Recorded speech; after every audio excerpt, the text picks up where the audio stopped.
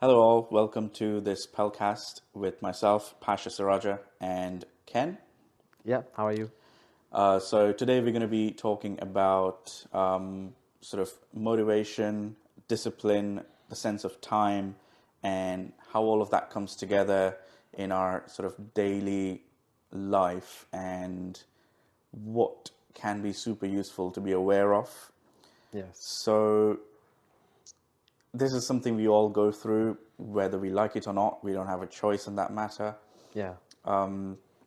Sometimes the biggest enemy is our own mind, stopping us Yeah, from being productive. yeah, and I Yeah. think these sort of statements have a lot of meaning behind them. But when someone says that, it's kind of hard to fully understand, grasp, and do something about it, right? Yeah. Because we can say that in passing. You know, you might say that to me. My dad might say that to me. I might say it to someone that I feel like is wasting time or not productive or whatever.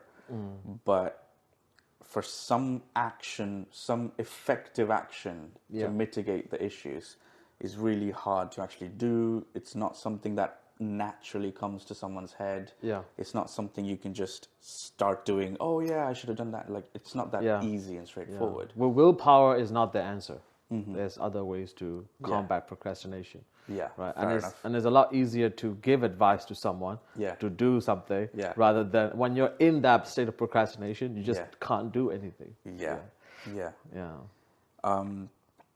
Do you feel like do you face that often? Or do you feel guilty Often when you enough. procrastinate? I think I feel it often enough that I feel it would be weird if someone doesn't feel it. Got it.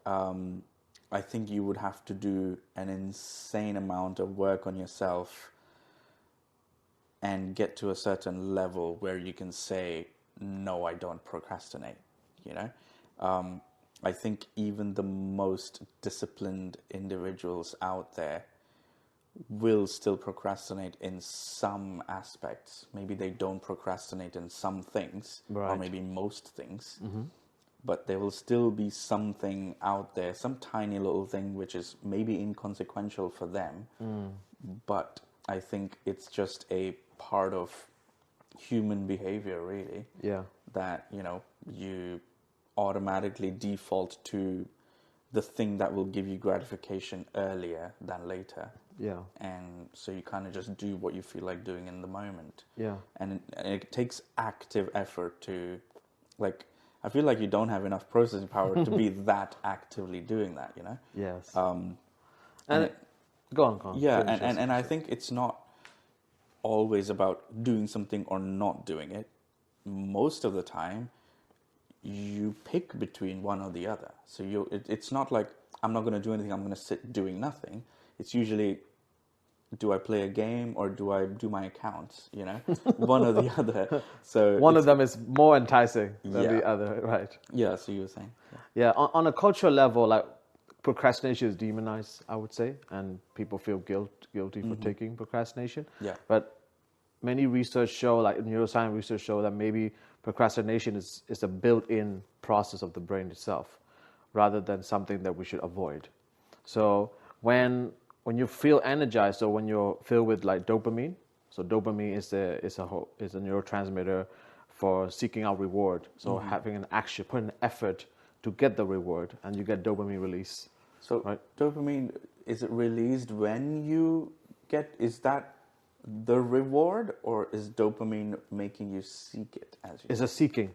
Yeah. Right. Yeah. Okay. So the moment, the highest moment of dopamine in the brain is right before you get the reward. Right. When you're sure that you get the reward, right? So that's a satiation. So when you get the reward, that's a satiation of your desire. So that's a different neurotransmitter do that. So and the dopamine allow you to seek out that reward, and you feel good seeking it out. And maybe when the dopamine is depleted, because like you feel tired, you feel hungry, or you have, or you're in that state of mind where you don't feel like working. When dopamine is depleted, you don't want to take action to do that, to seek out that reward, the more long-term reward, right? And now you procrastinate to the short-term instead. It's a way of the brain saving energy, basically. Yeah, that's what it is. I mean, it's a machine to do the least amount possible. Yeah. Okay. So is there any hormone that gets released once you actually get what you were looking for or what you were seeking? Yeah, so the satiation reward that you get and the desire you get is very short-lived when that hormone's released. So Okay. yeah, so when after that you feel like you've accomplished something, but there's also a sense of emptiness that you accomplished something. So that pushes you for the next thing. That pushes you to the next goal, etc., Right, etc. right. Yeah. Whether it's good or bad for you is not a factor. No, It's just no. about getting that That goal. peak, basically, Yes, again. yes. Okay, okay. And that neurochemistry is because of our evolution of hunter-gatherer. So we need to go hunt and get the prey.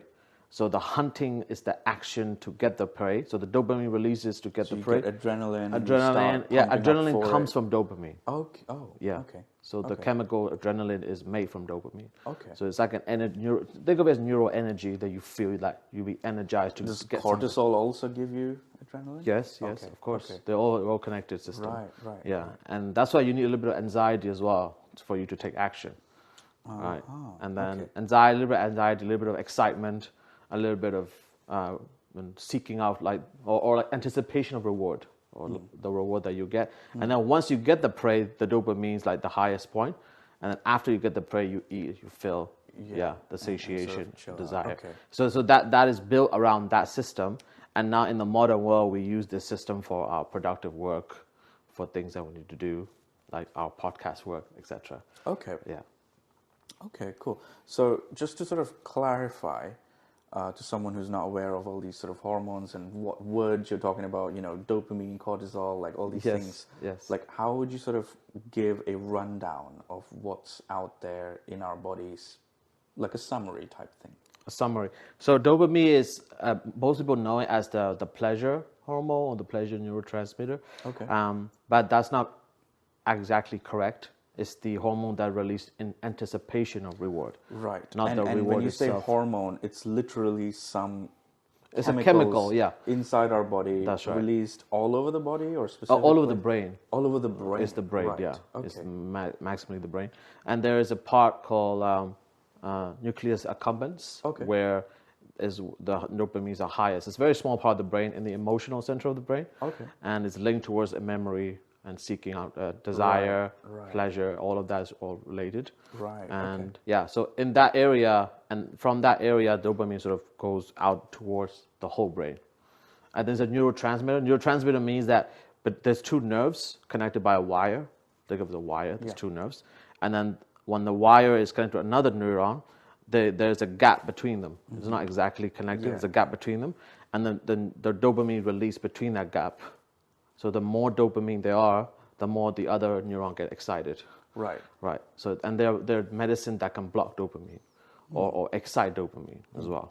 Right. Okay. So like drugs that excite dopamine is like cocaine and all those excitable drugs, the very powerful drugs Right. that produce dopamine by like hundreds of times the normal amount. Right. So you get the reward just by taking the drug and not Yeah. working anything towards it. Yeah. Right. So for example, right, if you're a hard-working athlete, like you're a footballer, and you're aiming to get the World Cup for your country, right? So you work hard, but at the moment when you win, right, and you felt that you won, the dopamine release like massive in the brain. So in that moment, and also the action of getting that. So, but the drug, if you take cocaine, Yeah. you get that 10 times off more than that, Okay. without any effort whatsoever. Right, so the brain is now completely incentivized to seek out the drug instead of right. doing the actual normal thing. Not necessarily the drug, but whatever gave that. And Whatever in this gave case, that. it's the drug. Yeah, the brain Okay. doesn't care about the context. Yeah, exactly. Whatever comes, give it to them is Yeah. what matters. Yeah. Right. So it's very important to choose exactly, like what action that you need to take versus, those destructive drugs that could basically change your brain itself. Yeah, it can change your brain, and can it also sort of mess up your threshold? Oh, completely. Right. So completely to the point So where like you're born and you think, oh, I can be a 0 or 100, But then once you take that drug, you can be like, oh, I can be a 0 or a 2,000. Yes. And so now Yes. everything that can give you 100 in real life doesn't matter anymore. Yeah. You just want to be above You 100. feel so bored. You get no motivation from any normal endeavor that you want to do. Yeah. And also, if you don't keep taking the drug, the brain goes under the threshold, Right. where you feel agitated and you Right, feel right, like right. you feel pain actually. Yeah. You feel pain. So in the brain. even your minimum moves up Absolutely. beyond normal Oh, things. basic. Yeah, absolutely. Right, yeah. right. That's why coming out of the drug, it takes them months or years. And it's a very Okay. painful process because the brain has to relearn that threshold. It's extremely painful. Right. Like people will shake. So your your range doesn't increase. Your range shifts from 0 to 100 to like 1,000 to 2,000 or something. Yeah, exactly and that. so normal things in life don't do anything for you anymore. No. Okay. They give you no energy. They give you no meaning. They Yeah. give you no motivation. Anything that you look at, like it's just a lower version of the drug. Why would you get that, right, instead of the drug, which is a much easier option? Yeah, that's scary. It's very scary, yeah, and it can fundamentally change your personality. Those drugs, right? But coming back to procrastination, right? The reason why we procrastinate is some people would say like but when people lack an overarching meaning of the action they're doing. So overarching, like let's say I'll give an example. There's two guys that's basically building something, and they're putting by brick. Yeah. Right. So there's one guy who say that, oh, I'm just putting a brick every day. This is so boring. This has no meaning whatsoever. Right. Why am I doing my life? I should do something else. Yeah. And then he quit the bricklaying job. But then the other guy doing the same job, but he basically said, in 100 years, my bricklaying job will become a beautiful cathedral, right? And now there's an image in his head and a meaning behind it, and that allows him to do the work, even though it's boring and it's routine. But And especially even if that person themselves might not see the result. Exactly, in his lifetime, right? Yeah. And then, but that image of that meaning, it's what stopped procrastination in many cases, right? So when you feel like you procrastinate, you would say like, you would think to yourself, there is something bigger, a bigger goal that I'm trying to achieve, a bigger meaning behind that I'm seeking, and then that's why even now I don't feel like doing it. I should do it to get that meaning, right? So that's a good strategy to try for one. Okay. Yeah. A second strategy is discipline, of course. And discipline, people say like, oh, I mean, what is the difference between motivation and discipline? Yeah. And people ask that often. Yeah. So motivation, the way we use the word motivation is like we have a burst of energy, like suddenly, like, I just want to do something. Just like restlessness, drive or restlessness. But motivation is more deeper than that. So it's a deeper value that drives you rather than that burst of emotion or burst of action that is transient. So that happens at certain times during the day or certain times during the week, right? So it's unpredictable, but the underlying value of motivation, like for example, the motivation of, are you motivated by security or safety? Are you motivated by curiosity? Are you motivated by meaning or purpose, as I was telling you? Yeah. Are you motivated by seeking an accomplishment for the task you're doing? So those kind of motivations are more deeper level, and that's the underlying motivation of your action. And discipline is built to fulfill that motivation over time. So it's like a habitual buildup of basic training your body and mind to do something consistently over time, right? And regardless of that burst of energy or not.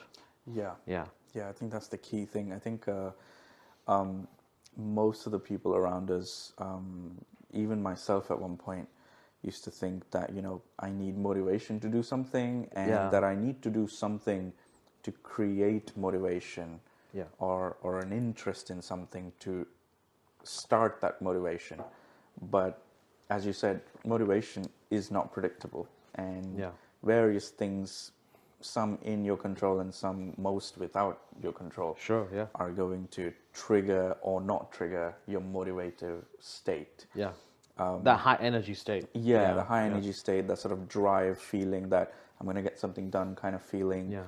especially in the thing that you want to do. Yes, yes. You might get motivated to do a lot of things at different times, sometimes motivated to sleep, but, whether all the different things aligning into exactly what you were hoping you did is definitely a rare situation. And a lot of people kind of see that once or twice and think, I'm just going to find a way to trigger that again, but without realizing they actually don't have any control over it. Yes, it can create a lot of placebos and a lot of sort of causality and correlation kind of issues where you do something and then you feel motivated to do something else and you think, oh, I got motivated because I did that, or things like that. So a lot of times those are not the correct connections, and so you start weird new habits because you thought at one point that motivated you to do something else.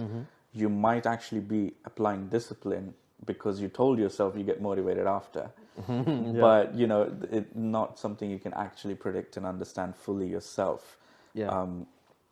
So I think I mean, discipline is something you can just start applying slowly. It's not an easy thing to do. No, not at all. But I think it would be super useful for anybody to strive towards increasing the level of discipline. Yes. Yeah. Yeah, and discipline is an action that takes consistently over time, every day or a specific time during the day or a specific time during the week, and then repeat that all the time, regardless of whether you feel in that specific moment or of that action. The biggest example would be the people have in the beginning of the year they have a New Year's goal of like going to the gym, losing weight, things like that. But over time they lose that motivation, and the gyms know this, right? And the membership goes up drastically in the beginning of the year, and then about February or March most of them dropped out already. But that burst of money is good for the gym, but of course, but from the discipline side is bad for the person who's seeking out that to fulfill that goal that they have for themselves.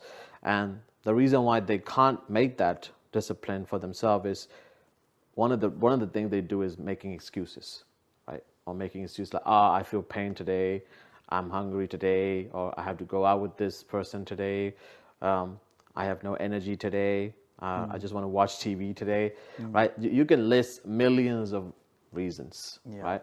But then the real disciplined person is like, I don't care, I'm going. I don't give a shit about the weather. I don't care about what I'm feeling right now. I don't care about what I care about other people. I just do it because I do, and make sure that other people know that this is what you're driven to do. This is your goal, and you want to fulfill that goal. And if people really love you, they will respect that, right? And they will not force you to make plans with them on that specific time, right? Things like that. So, and excuses. Another one is taking accountability of your action. Right. Very important. I think there's a few points there. Like, for example, giving value to your own time and having integrity with that. Yes. You don't have to schedule every 5 minutes of your life, but when you do have certain things to do, you need to respect it yourself first, and then convey it to others in a way that they respect it too. And if they don't respect your time, should they really be in your life? Exactly. Beyond that, I think another point you touched on is, well, you didn't mention it, but what came to my mind is sort of, I think it's a lot about priority as well. Like, for example, I have had days in my work where I didn't eat the entire day, right? And I'm fat, I can kind of do that. I'm not going to die instantly at the end of the day, right? That's okay. But there are also times when I'm like extremely hungry, and whether I feel like it or not, I might end up having to cook or something like that, right? Now, in a normal time when it's not that much of a priority for me, I can super easily just skip it and be like, I'll do it later, or I'll just eat in the evening or something like that. But when it comes to gym and exercise, I know certain people who have extremely productive days, but they have been going to the gym every day for 1 to 2 hours, pretty much for like the last 10 years, right? And like you could literally count on their I think we 10 both know the same person. Yeah, and I Who think does like that. the last 10, like you could count on the 10 fingers how many times they didn't go to the gym in the last 2 years, for example, Oh, right? yes, yes. So, and they are extremely productive.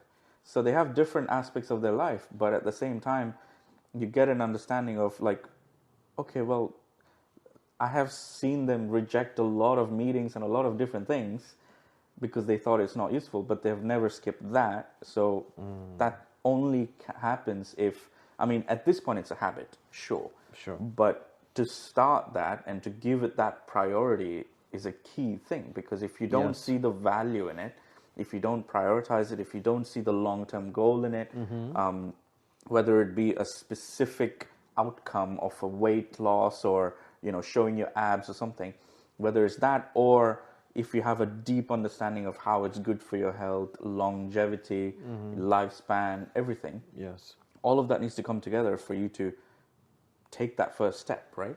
Otherwise, things remain as words, like many things do for me at the moment.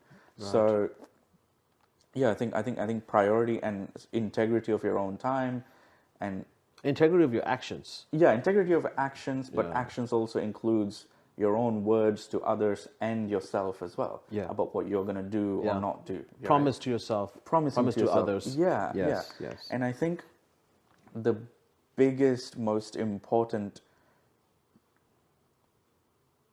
false promise that we make to ourselves is we sort of mentally sign that contract with the tomorrow me.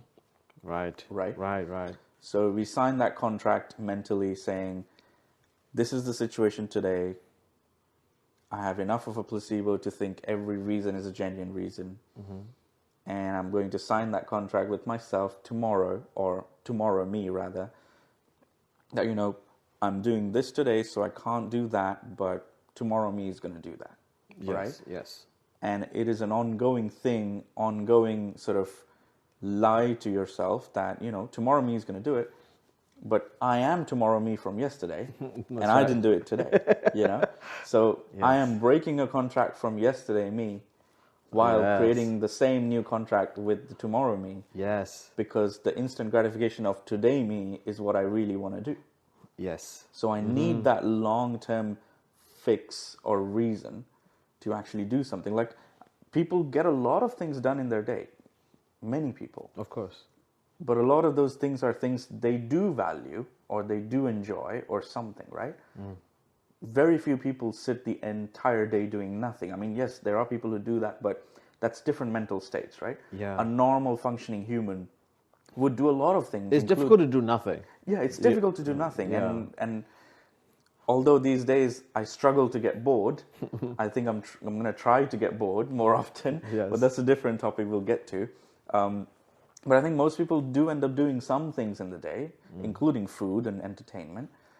So it's not like they don't have energy, they don't have anything. It's just the priorities are different. And so just telling yourself that tomorrow me is going to do those things and suddenly magically change their priorities, it's just not going to happen. Yes. At least if it hasn't happened for 3 months so far, right? Yes, yeah. I really like how you mentioned about your past you is now, now the future you, and the future and past you. And then I want to mention 2 points. The first point is that this is uniquely human, that we are able to conceptualize time in this way. No other animals can do this. And this is one of the reasons why we're so successful. So if you think about this way, right? So all of your past self, like your 5-year-old self, your 10-year-old self, your 20-year-old self, and then further in the future, your 50-year-old self, each of your person is situated in time. And if you look at all of those different stages of your life, you're actually a community of people, right? So you're a village of people spread across time, right? So if you break a contract to yourself, you're basically abusing the future self who will come to you, eventually. Or the past self, right? So accepting your past self and then making contract with your future self. This is something we can do that in our own mind, right? And on the neuroscience level, on the brain level, it's the left hemisphere of the brain, especially left prefrontal cortex, that is able to distinguish between past and the future. And then we're able to see that we are flowing through time, right, in our mind. So the past is already gone, the future is still to come. And that level of processing that level of perception is created in the brain, in the left hemisphere of the brain, especially. The logical side, right? Yeah, exactly. So people who have had a stroke in the left part of the brain, they will lose that sense as well. They can completely lose it. And the right hemisphere of the brain processes time in the present moment. So only the present moment and no past or the future. Right. So like the infinite, think of it as infinite duration. You have infinite duration of the universe. So the right hemisphere only see in this way. And when you're very focused in doing something, when you're in the flow state is a term that people use and scientists use when your attention is completely engaged with the activity you're doing. You enter that right hemisphere part of the time where you feel like time. You lose track of time. You lose track of time. Time just disappears, and then you're just fully engaged and fully immersed into that experience. And that's also when the left hemisphere brain's like sort of inhibited or shut down, and you're fully in that moment. But at the same time, you need both to function as a person, right? You need if the task requires logical thinking, you might still apply it without applying the sort of temporal thoughts to it. Exactly. Okay. Yeah. So it's important to make contract with yourself and then keeping those promises, right, to your future self. And the reason why a lot of another point I want to make is like credit card debt is very bad for you.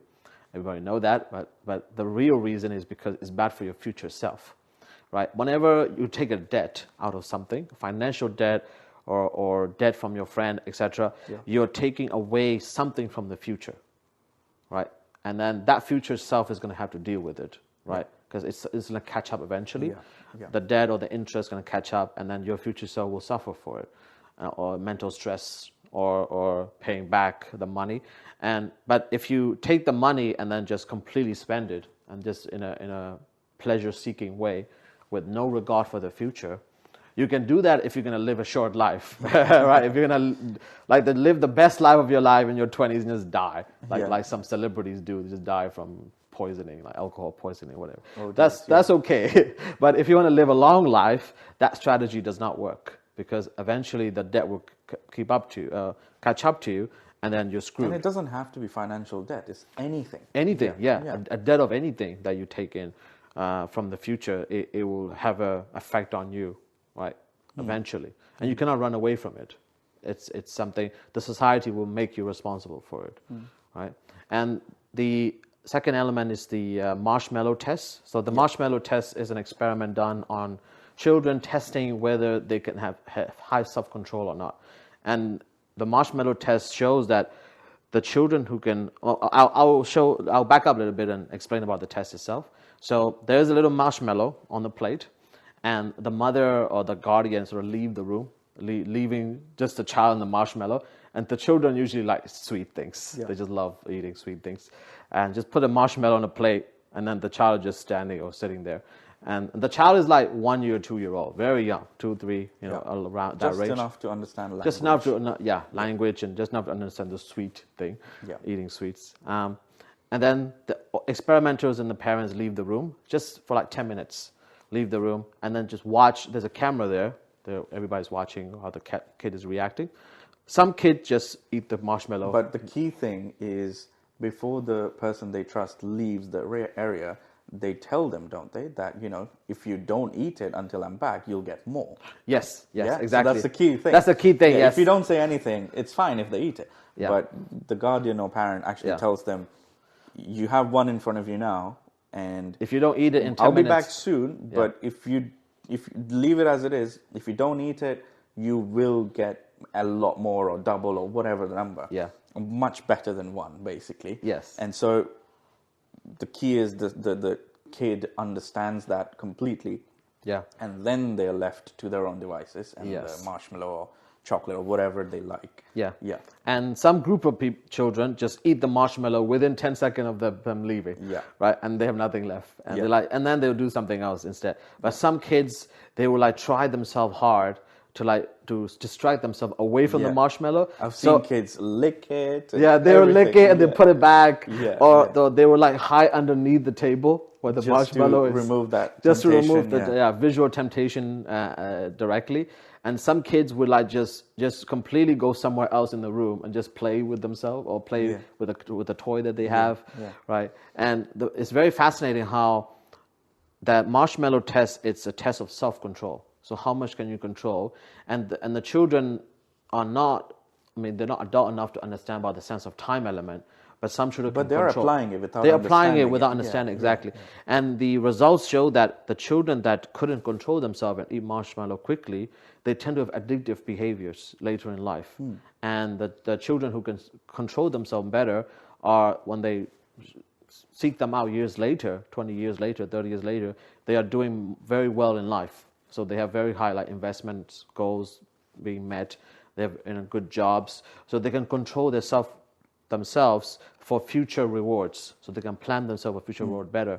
So there is linked towards the deepest level of the brain, starting from childhood. Very young children started from there.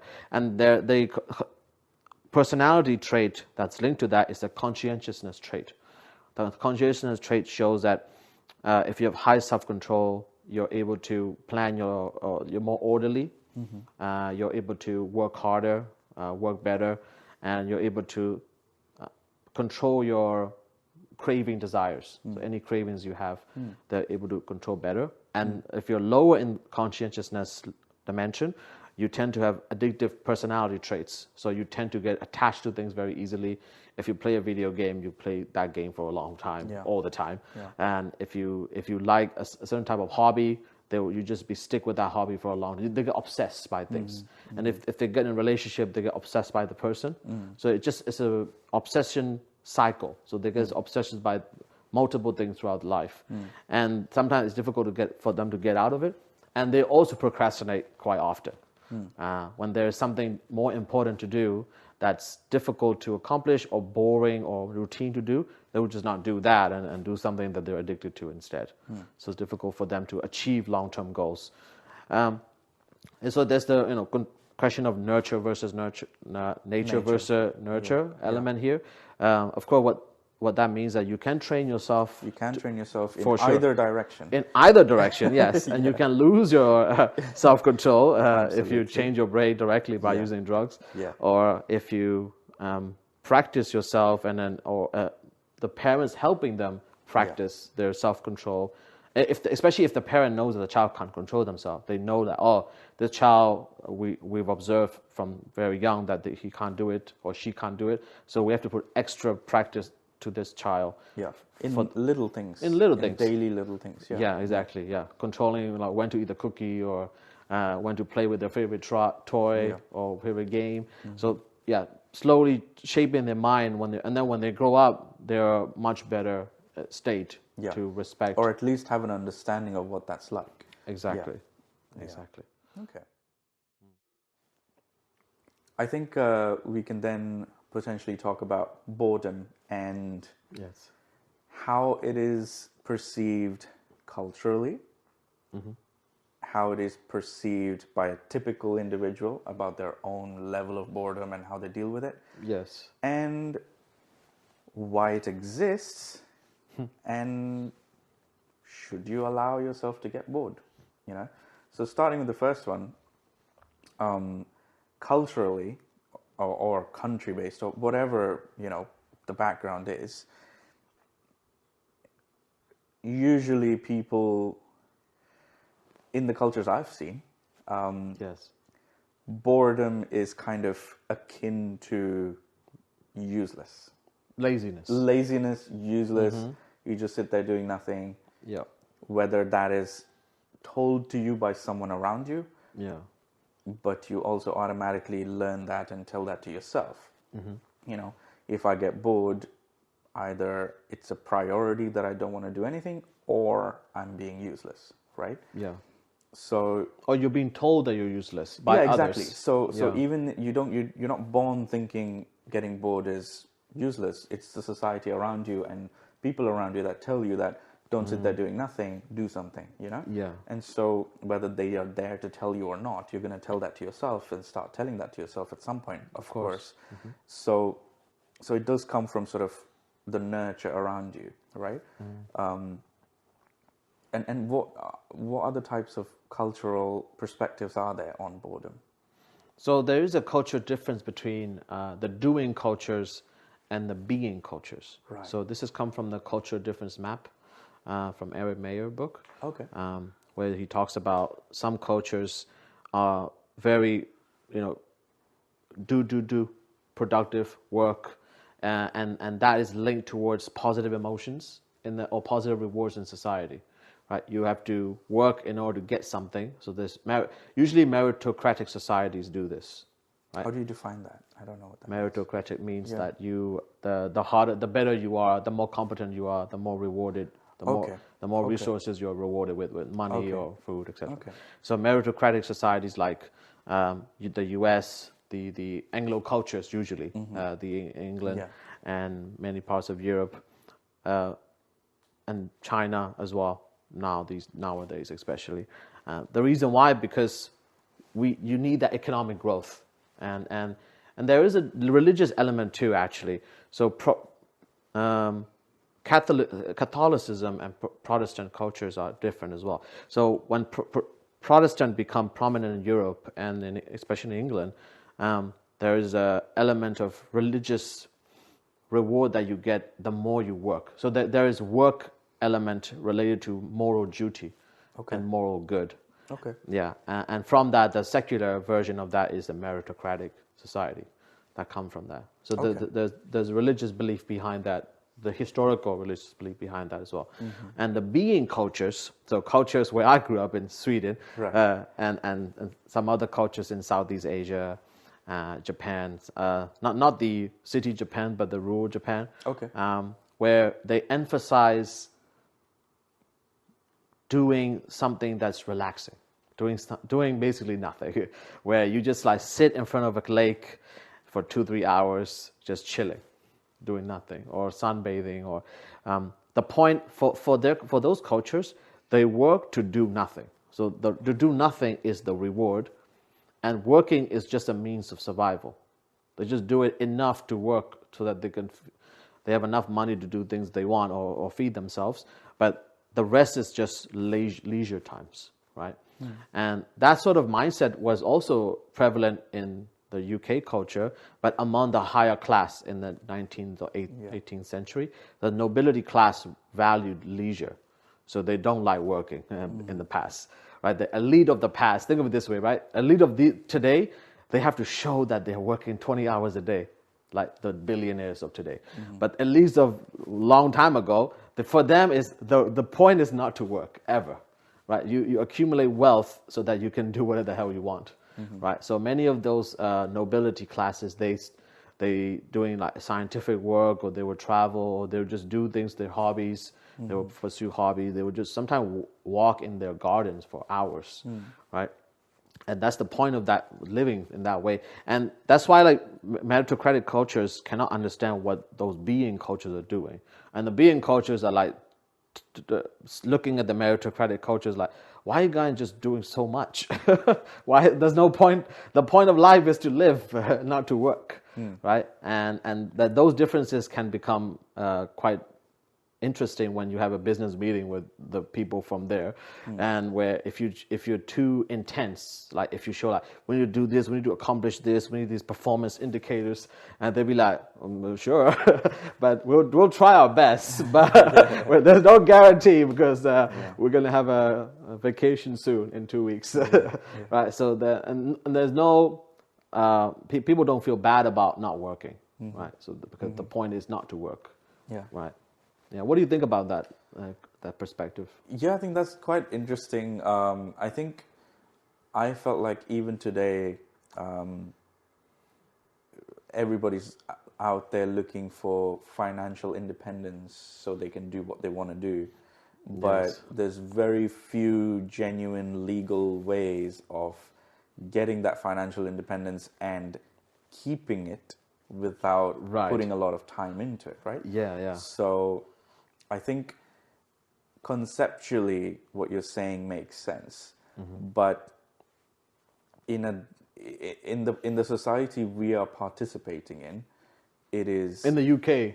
in the UK, Yeah. in developed countries with modern internet and everything, it is difficult, to say the least, to sort of get to a state where you get that choice, right? Of course, yeah. And I think the belief of that comes from, I don't want to say it's a lie, but it's a way to motivate people to work more, actually. So like, there's a goal there. You will achieve financial freedom, so you don't have to work and you can do everything else. Yeah. But the trap is that when you achieve the financial freedom, the assets or the money or the millionaire goal, whatever, that their responsibility come with that, right? Yeah, So of course. when you have a business that's in the like $1 million range, like there's a lot of things you need to do. You need to put more time, even more time than you were doing before. Yeah. Or like if you're in a CEO job or executive level, when you achieve the financial freedom, you actually have no time to do anything else. Yeah. There's even many stories of very high level executives owning many houses, and none of the houses that they live have furniture. They just literally sometimes sleep on the floor because there's literally no time to buy furniture for them, right? And these kind of stories, and financial freedom, I would say it's a good goal to have, but at the same time, it's important to know what you really value in life, right? Is it a relationship that you value, or is it your hobbies that you value? There is a story, I'm sure you probably know about it, the fisherman and the businessman story. Okay. Yeah, I think I know what you're talking about. Yeah. So there's a fisherman. He goes out to fish every day. He catch enough just to feed his family. And he's content. And he's content. And he's just chilling. And just spending his time. Spending his time just smoking, yeah. spending time with his family, chilling in the beach. Yeah. And then this businessman walk in, and then he came from America, let's say. And he just walk in and just observing this fisherman who's just so content with life. And the businessman is always have high anxiety to perform. Next thing, what's the thing? Yeah. And he was looking at it and he was like, I need to talk to the fisherman about this. So he went to the fisherman. He's like, fisherman, like you've been doing a great job you're very disciplined, going to the fish every day. But what if we just expand your business, right? What if we hire more fishermen and we get more ships, we buy more ships so that we can we can have measurements to productivity, and we can measurement to how much weight the fish will get, and then all of that we can create a business together, and then and a lot of money, and then we can have all the money, like we can have all of that, and then the fisherman is like, what are you going to do with the money, right? And then he's like, once you get the money, you can just chill and relax. You can spend time with your family. You can just do everything that you want to do right now, or when you get it. And then he's like, I'm already doing that. Why am I have to go out and do that? That's a whole lot of trouble for me. Yeah. So that's the biggest difference between the doing culture and the being culture. The being culture just do whatever they want already, but enough work to survive. And then the doing culture is like when you expand, do more productivity. I mean, right? One thing I just thought of now is, I think the ultimate goal for everyone could very well be to just relax and chill and do what they want to do without having to do something actively to make money or something like that, right? Yes. However, the path to get there might be getting severely influenced by things like social media and things like that, where someone who's just sitting there enjoying their life, genuinely doing the things they feel like they want to do, and someone who tries to get to the same point through the money or business or in fame or whatever. I feel like them wanting to go through that path is influenced in a way that they want to get that recognition, they want to be known to have done it, or that they want to get that fame or that attention. And so ultimately they would potentially end up in the same place where they can relax, but most of the people I know who do something like that just end up going in it for the whole life, basically. So until they retire, until their old age, they or actually simply won't capability drops. And on the psychological level, seeking out boredom is sometimes good for you in specific ways. So when you're in a state of boredom, you're actually resetting the engagement level of your brain. So right now in our modern day, we are constantly stimulated by things, by experiences around it, one after another. There's actually no gap in between. We don't like the gap, actually. So we seek out social media, talking with people, work, just stimulation after stimulation, or travel as pleasure, whatever. So when there is no gap, our brain have no time to process the experience you just had, right? And just jump to the next train, et cetera, just in a loop of dopamine over and over. And it can be addictive. That's an addictive cycle. But when you, in the state of that gap, the psychological gap or free space to do nothing, your mind actually start to coalesce and crystallize your knowledge and experience in a way that it's doing in the background. So you're in the experience of it, you're bored. Just I feel like I don't want to do anything, and just sitting down. But in the back of the brain, the crystallization is subconsciously doing it. Yeah, and there's been a lot of creative research that shows that when you're in a state of relaxation and boredom, you actually get more creative ideas that you would not normally connect with. Yeah. So ideas of combining things together or breaking things of something, or breaking of concepts to combine new concepts together, and that's something you just people will get that when they're in the bath or when they're showering or when they're just in sunbathing. You're like, oh shit, I should do that with my employees, right? Just have that idea. Yeah, usually because they are automatically inducing boredom by doing something they have done so many times that they go on autopilot. Yeah. And they don't have to think about taking a bath or a shower. Yes. So, and they can't just walk out of there. So they are forced to be in that time doing something with their hands and not able to do anything other than do that one thing which you already know how to do. Yep. So the mind can sort of drift away to random things and create that thing. So so I guess we do have a few situations like that which do have boredom instilled in them automatically because it's something you've done so often and you can do it with your eyes closed. Because you have to do it as well for hygienic sake. Yeah, you have to do, and you can do with your eyes closed without any logical thinking or anything. So that makes sense. And boredom also helps you daydream. Daydream is one of the things. Active daydreaming is one of the very good things for your mind, actually. So a good thing of learning, for being creative. Daydreaming allow you to combine your memories and experience and ideas, your knowledge, all of them together in a way that's giving you, the best way to describe it is crystallization. So when in the physical process, right, when something crystallizes, it's things coming together. You have a little nucleation point, and then from that you build layers upon layers. Layers of layers, So when you have those layers, you're a much more wiser person, much more knowledgeable person when you have that crystallization. And if you're jumping from one stimulation to the next, you don't have that a load space of tiny little nucleation points that don't have never much coalesce depth to them. Coalesce or depth to them. Okay. Very interesting. Okay. Do you do much to get bored actively?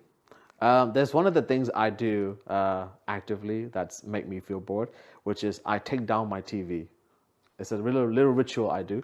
So I have a TV in my room, which I watch YouTube or play games or watch something, anything like to learn things as well. But at one point, if I feel like I'm too stimulated or I'm doing too much, I'll literally take the TV down and put it behind my wardrobe. Like I'll physically take the TV. It's small enough for me to lift it, and so I just put it behind, and that it feels so much different. When there's no TV in my visual space, there's nothing, and I cannot, and it's too much for me to put it back up again and put it. So I'm using procrastination against myself. Right, because the act of putting up the TV is like, right. I'm too lazy to put up the TV, but I can't even use the TV to watch anything else anymore. Right, and now I'm in the state of that forced boredom. I do that sometimes, and it gives me a lot of ideas when I'm in that moment. When I feel like I have. Sometimes especially when I write the book that I was writing, when I take down the TV, there's a lot more ideas come out, and I feel like writing. But when I have the TV, I don't feel like writing because I'm distracted by videos and games and things like that, right?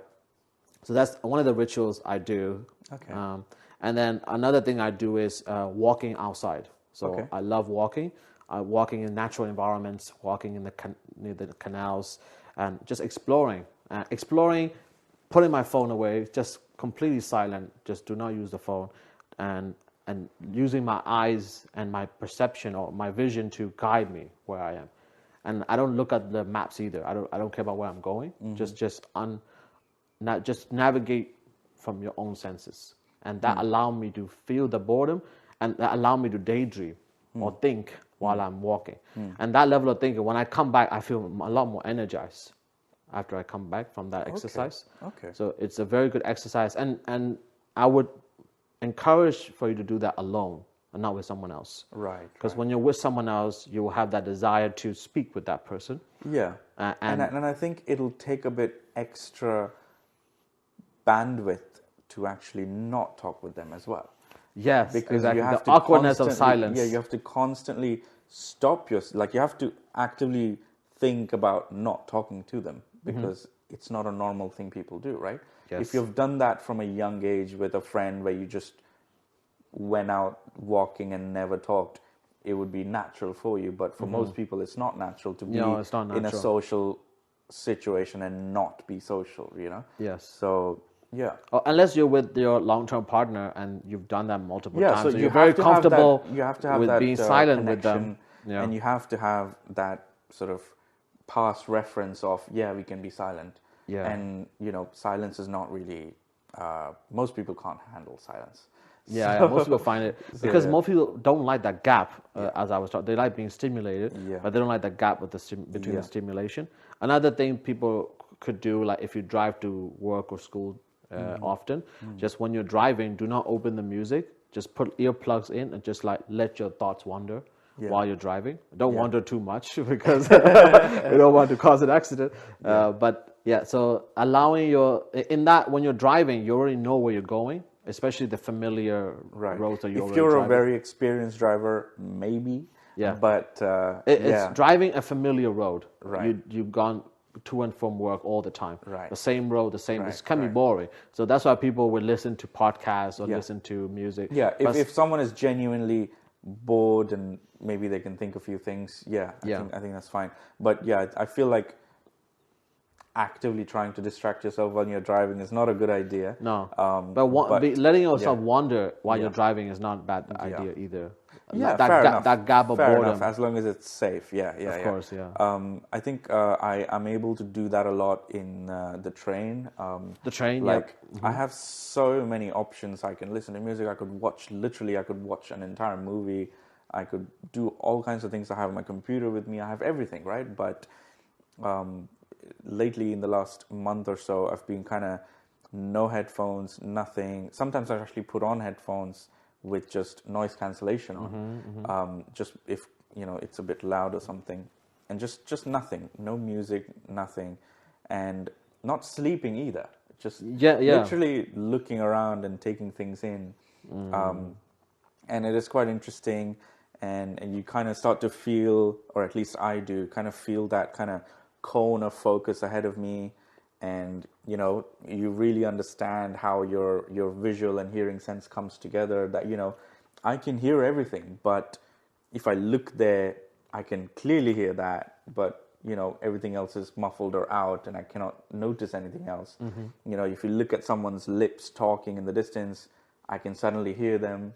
But when I look somewhere, that's basically you're training your attention to lock on to specific experience. Yeah. Especially if it's like a faint thing where there's a lot of different noises, and there's a lot of things you can try, and a lot of things you start to understand about yourself at different levels, right? And so like what I used to do before I went to sleep was I usually have a lot of trouble getting myself to sleep. Like it's not problems sleeping.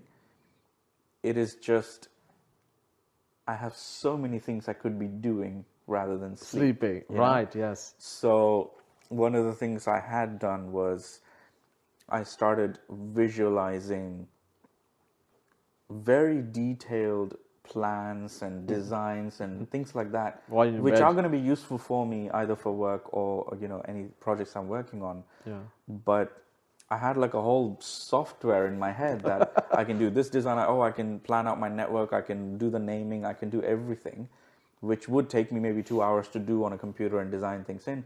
But I can just do that, and then tomorrow I can just put it in. I don't have to think at that point. Right. So I actually created those kinds of software suites where I got excited to sleep on time because I was excited to do that process, right? It was a task. Right. But I was actually like, okay, oh shit, I need to sleep because I can't do that when I'm doing something else.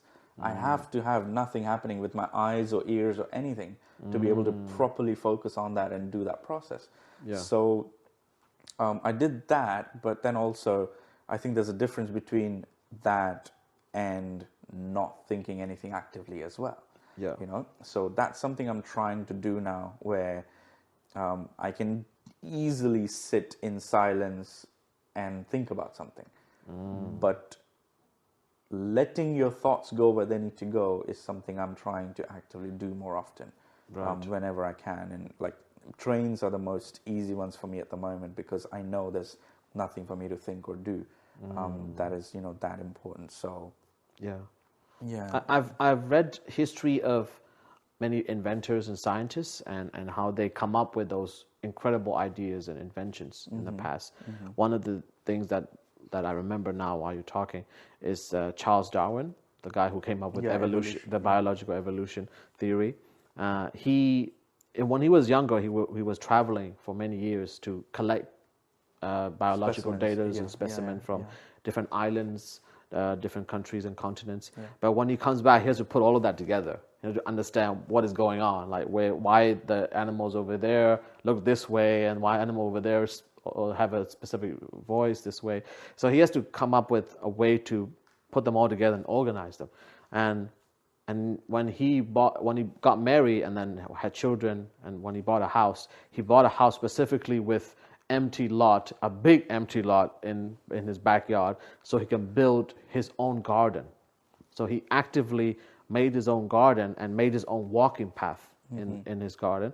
And while he was walking around, he would walk around every day, and he would think about how all these animals come together. Okay. And he's even said that he would observe the plants and animals in his garden itself, and then connect them with the specimens he got before. And from that he slowly coalesce all that knowledge and then come up with the evolution, where life forms slowly change over time, and when they change, they become a different life form. And there are histories of life forms that we've seen, and when the different continents were separated, right? So there are similarities on the coast of either side, right? For example, the South America and Africa, they used to fit together. Because of Pangaea, the supercontinent. So animals on the east side of the South America and the west side of Africa, they're quite similar, and he noticed that as well.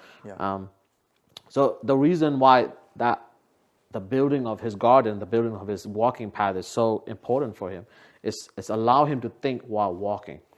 So he need that. So he said that thinking become much more straightforward or more logical when you're walking.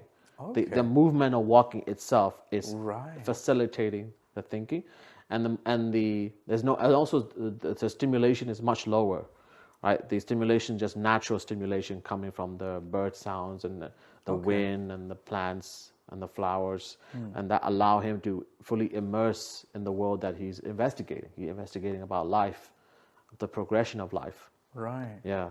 Okay. And this is something I think we should all learn from. We should create our own walking path, and we should create our own space where we can come up with something great, invent something great. Yeah, I mean, luckily we're in a city where there's enough emphasis on creating green areas at easy enough access. Yes. I mean, it could be a lot worse, right? Oh yeah, like American cities, for example, terrible. I mean, compared to London. I've been in India too, right? I was born there, and just coming to think of it, if I needed to find a green space to walk in, there was a little, I say park, but it was just a swing set and a slide. That's how much space there was. Wow. And everything else is a concrete jungle, right? So there was a few trees that were robust enough to break through and survive. Right. But the Just rest fully are, man-made. it's Yeah. very man-made, yeah. I mean, there's asphalt under you, tar roads, there's concrete walls all around you. Even the spaces between the buildings are, tarred and, cemented down. So, yeah, I mean, there were decorative bushes, but you can't walk into them. They're just things on the edges of boundaries. Not a space to walk in, right? So I was in a lucky position where I was in the absolute edge of development at the time. So the city was there, I was here, and on this side, it was just barren area. Wow. Because they were constructing it, They're right? making something, yeah. So now it's fully packed out. But at that point, it was just a massive, massive area which hasn't been developed yet. And so Open space. Yeah. and big chunk of a highway, but it wasn't connected on either side because it was a big plan for a highway. But they built the highway for that area, but then it wasn't connected on either side, so there was no traffic. You could just walk in the middle of a massive, like 8-lane on either side road. Wow. But there was nothing happening on it. Yeah. So Were you playing there? we used to kind of just walk with the family Okay. and kind of just go there, walk. You don't have to worry about anything, and you just walk and in the evenings there would be sort of calm breeze there, no traffic sounds because there's no point anyone going there. It's just a dead end. And there used to be a few street vendors, so we would eat and just chill out, over there. So we had that, and we had a big enough complex that there was a little park and swimming pool area and stuff like that, communal. But yeah, I mean, here in London, we have so much, like, there's a door right there. I could just walk out and there's like an entire walking path there, right? Yes. With real grass and everything. So yeah, I think that's something I'm definitely interested in doing to facilitate that boredom. And I don't think I have to call it that boredom. I mean, I can easily call it that sort of creative time, Yes, exactly. Yes, boredom is part of it, but it just induces that. And, boredom has a lot of negative connotations to it. But the point isn't go get bored. The point is let yourself wander mentally. Yeah. And let yourself, don't look at that time of doing nothing as a bad thing. Yeah. It is definitely something which can lead to a lot of great things. Yeah. And whether you go to something great or not, it doesn't matter. The point is your subconscious mind is doing a lot of useful things out there. Yes. Which you are not aware of and you cannot be aware of. So, yeah. I've observed that a lot of people, both men and women, they're afraid of their own thoughts and their own emotions and their own memories. Yeah. When they have that gap of doing nothing, they would naturally think about traumatic memories or breakup memories or their memories of their failures and emotions of jealousy, anger. They would just bubble up from them because they never done that before. Yeah. They never had that gap. So when the gap come, everything that's been repressed come up. Yeah. Right, and when they come up, they get scared, and then they just do something else to get away from that, to escape from that. Yeah. And I think it's bad for you, I would say, on a psychological well-being level, because you're not being in touch with those emotions and those memories. And when you're not in touch with them, or when you run away from them or distract yourself from them, when they come back the next time, it become more intense, and it become a cycle. So the best way is to meditation and walking that allows you to deal with those feelings and emotions directly, or confront them directly, and being courageous, having the courage to face them directly. Right, so you're not a worthless person, or you're not an evil person. You've done something bad. Maybe you've done something a little bad, but and had a bad consequence, and you felt very guilty. But you can learn from that experience to never do it again, not do it again, and also accepting that part of yourself, accepting that past as an important part of your life. Right, Yeah. And after that, you have to do all of that first, and then when the brain is satisfied with all of those repressed emotions and memories, then it can actually do creative things. Because once that's not addressed, it will be distracting. When you take that gap, Yeah. all those emotions will come out if you not address them yet. But once all of that is solved and you feel that you've accepted yourself, then you can come and do more inventive thinking, creative thinking. That will naturally bubble up. Yeah, so I think you either have nice thoughts or you have thoughts which you haven't processed yet, right? Yeah. So yeah, I think it's very important to process those past, whatever it is, whether it's a situation, incident, thought, action, Yeah. consequence, Negative or positive. negative or positive, but usually there's more need for processing and reframing of negative things because it's useful to do that. Yes. Positive things don't typically require you to do something about them because they already help you anyway. Yeah. But Negative things capture your attention or capture like force your attention, attention and we are biased deal with to it. care about them more. We are biased to Yes. give them more value than they have, and we automatically perceive them as a lot worse than they are. So processing them, reframing them with the correct wisdom that we've collected so far, because a lot of traumatic things happen when we are younger, or at least less knowledgeable than today. Yeah. And so there's a lot of things that we can reprocess and reframe with a better understanding of why things happened. Yeah. It doesn't change the past, but reframing them definitely could let you get past certain things, or at least let them help you rather than hold you back in many things. So, yeah. Another element is regret as well, not doing things that you should have done in the past, or letting go of someone that you shouldn't have let go of, and not saying that thank you, or being grateful to your parents before they pass away. So those kind of emotions are very strong emotions, and feeling like, especially when the older you get, like once you reach mid-age and older, you feel like time is running out, right? The death is coming, and that's like an implicit understanding we have. Our minds, and this is another thing that we humans are acutely aware of, is the incoming of death for ourselves and for our loved ones. And the many animals in the animal kingdom, they don't mourn their death of their family members, but like some animals, like dogs or elephants, they would mourn for their death. So they have some sort of conceptual understanding of death itself. But for humans, death it's something scary because our mind has never. I guess you do it. have to have that social instinct in you to care about someone or something passing. Yeah. So dogs, elephants, lions, like a lot of social animals will have that automatically. Yeah. Yes. Yeah. And we come up with reasons or motivations to do something more when time is running out. So there is a lot of people seek meaning more when they're older.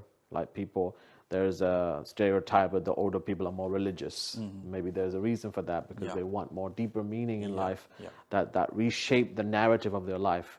Right? They would think about the stories that they've experienced in their life. They're reframing it, understanding it. Maybe they'll write a biography, or maybe they write a diary of it.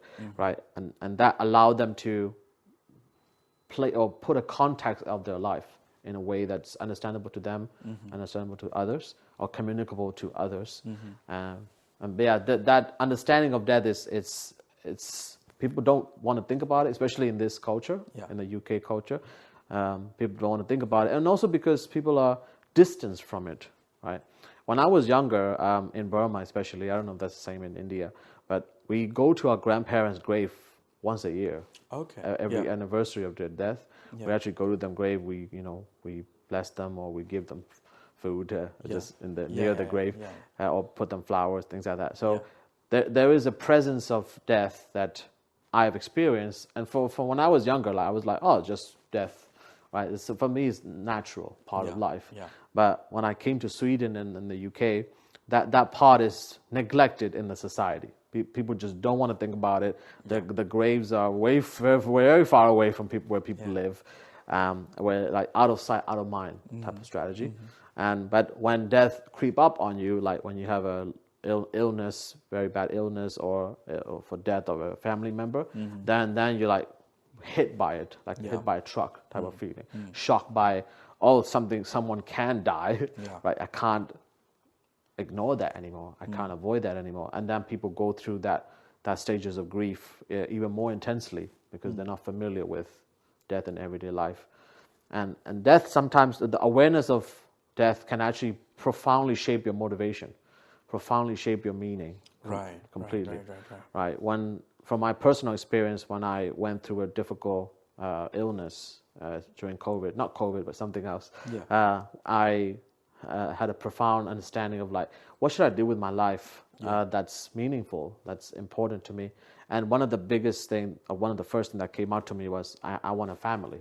I want to have all my own children, or I want to do something for the future generations. And the second element is that I want to make sure that the work that I'm doing is meaningful to other people, or helping other people in a deep way that can profoundly change their life. So those two elements sort of bubble up in my mind when I'm going through that illness and the pain associated with it, and thinking about death as well allow me to become more motivated. Okay, cool. Yeah. Did you have a similar experience, or have you thought about the death in that way? I have sort of been near certain cultures where death is looked at in a different way. They are not only aware of it and its imminent reality, but it's like I definitely like that you know they basically celebrate the life that the person who passed away had or gave, or you know all the good things they did. Nobody's perfect, but of course the good things that the person was able to give to their own family or people around them, right? And so that's definitely something which isn't in India. However, in sort of South America and Central Africa, that's a big thing where, you know, a funeral isn't a mourning. A funeral is an absolute festival. Yeah, you know, it's a celebration. Festival, it's a celebration. I saw a meme of like 6 guys holding the corpse, or they were dancing while they were holding the I mean, casket. there could be ritual aspects to that one specifically. Yeah. However, but usually, it was kind of funny. Yeah, but way, usually it is it's a festival kind of thing, and there's like the entire village days. But there's like days in, like, for example, November 11. First 2 weeks of November, there's like the Day of the Dead, and you know all those things. In Mexico. So I've been to those, and I think it's a very very nice thing, because I firmly believe that, you know, every person kind of passes away twice, in the sense that, you know, physically they'll pass away at some point, but then they will completely pass away when the last person, you know, you're mentioned the last time, you know? Yeah. So the last memory of that person, the last disappear. memory that is mentioned, you know? If you don't say it, you've already, you know, killed them, essentially. Yes. But like, you could remember someone, but if you don't talk about it and share it with others, that memory will leave with you, right? Of course. But if you, for example, talk to your children or people around you about someone you cared about that passed away, then you know, you keep that memory alive, and it goes as far it goes, as far as it goes. Yeah. You know, so yeah, I think celebrating someone's life, and just valuing the time we have, going back to procrastination and everything, I think it's quite key, difficult to do something about. You know, there's not a lot of drive in society or social media that helps you do that. You know, most of it is built to, you know, make it worse, you know. So the motivation to build a legacy beyond your own death, there's a lot of people have lost that motivation in Yeah. normal, like Or middle class. never even Never had even, it. never even have it. But Yeah. the very rich people are obsessed with that actually, Yeah. because they accumulated so much resource and they realize that they can't use them Keep in it their forever, lifetime. yeah. And so what they do is they make plans for the future beyond their death, right? They make plans for their children and their grandchildren, Yeah. or many people in the past, they were motivated to be creative or to invent things, to leave things for the future, right? They will write books so that future generations can read them. So imagining that future without yourself in it, Yeah. it's something that's a lot of people in the modern world has failed or to understand or imagine, or don't want to imagine it. Yeah. So the building of legacy, they many people I talk with, they treat their life as if like their life is all there is, right? Yeah, it's That they live there's their that life. selfish aspect as well, where Yeah. I don't care. Like a lot of people saying I don't want children. Like, Yes. sure, it's your choice, but Yeah. you're kind of just removing yourself from the gene pool, essentially. Yeah, that's a comedian way to put it. But also, they don't want to have any legacy. Yeah. That the desire of legacy has disappeared from the culture. Yeah. And that desire to have legacy can motivate you further, can actually protect you from procrastination. Yeah. Because when you're thinking of like, I'm making this thing, I'm doing this thing because I want to leave something for my children, Yeah. for my grandchildren, you just don't have time to wait. Don't have time to screw around. Yeah. You just have to do it, right? And writing books or building assets for your family, and that the desire for that legacy, it's something very important. I think not only rich people, I think normal people should have that again, in Yeah, order of for course. them, Yeah. beneficial for them and their family. Yeah. Should we wrap up our Yeah, I guess so. podcast? I think we covered a bunch of different topics, went on a few tangents. I think I definitely learned quite a bit about boredom and some of how dopamine works. That was definitely new information to me about when it actually peaks and when it gets released. So we covered like our awareness of time. yeah, We covered the cultural difference between being cultures and doing cultures, meritocratic cultures. Yeah. We covered how to protect yourself against procrastination, right? Or How to try allow to, or yeah. try to, Yeah. or how to allow yourself to have that space to think, or allow yourself to daydream, right? It's very Yeah. important. Yeah. Yeah. Cool. Yeah. Awesome. Thank you so much for listening. Yeah, and I hope we can catch you on the next one. And do visit our website, pelconsulting.co.uk. It'll be in the description. And Yes. yeah, that's it. Thank you so much. Bye. See ya.